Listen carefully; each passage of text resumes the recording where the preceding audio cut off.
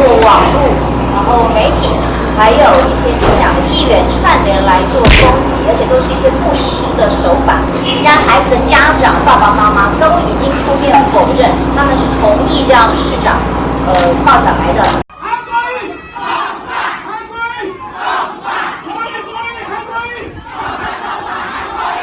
他们只要抹黑，不问是非。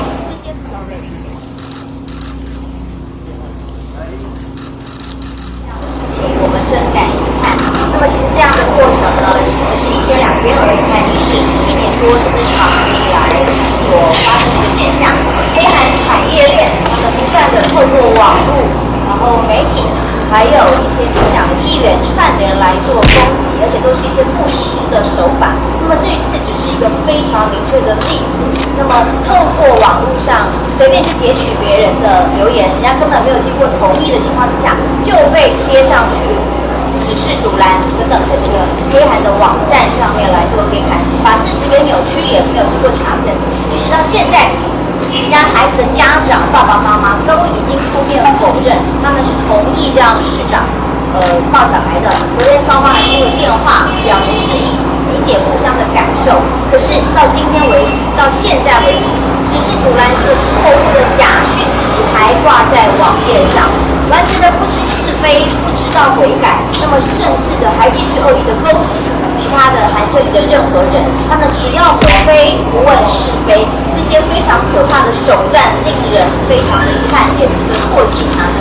那么另外在媒体的部分，因为在记者会现场的提问错误的引导，以及媒体报道上到了中午午间新闻，即使在经过我们澄清之后，背板上仍然是严重的错误跟指涉，所以我们也要提出告诉。至于告诉的内容跟名字、对象以及罪名呢，我们就请叶律师为我们说明。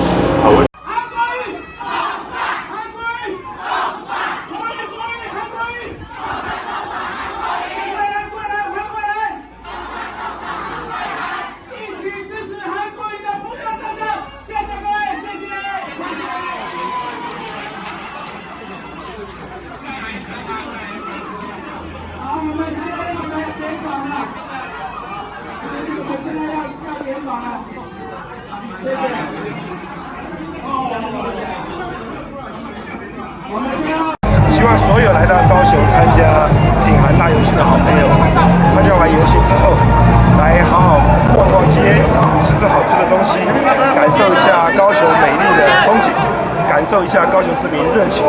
我们希望一切充满了欢乐。谢谢大家，今天来了太多人到高雄，再一次以高雄市长身份感谢大家，也欢迎大家。各位好朋友，跟各位报告一个消息。刚刚国安单位基于国安考量这么多的人，还有旁边高楼大厦的国安维安问题，所以他们会请市长请我们韩总统直接在微笑公园那边等大家，好不好？不知道你怎么看这一次大游行呢？我们跟罢韩之间空拍图有显著的人数差异，这一次显然多许多，而且是和平落幕。我非常感谢高雄市民，非常感谢来自全台湾海内外所有的乡亲来到高雄参加我们高雄光荣这个游行。谢谢大家对韩国瑜以及高雄市团队以及对高雄市民朋友的肯定。希望所有来到高雄参加挺韩大游行的好朋友，参加完游行之后，来好好逛逛街，吃吃好吃的东西，感受一下高雄美丽的风景，感受一下高雄市民热情。我们希望一切充满了欢乐。谢谢大家，今天来了太多人到高雄，再一次以高雄市长身份感谢大家，也欢迎大家。大家关心说为什么因为维安，所以说今天没有特别出席游行？选情我会做这种事吗？我想每一次到了选举各种谣言、各种猜测、各种情资都是满天飞。我对台湾警察以及所有相关的治安维护人员，我有信心。我觉得他们都已经很成熟。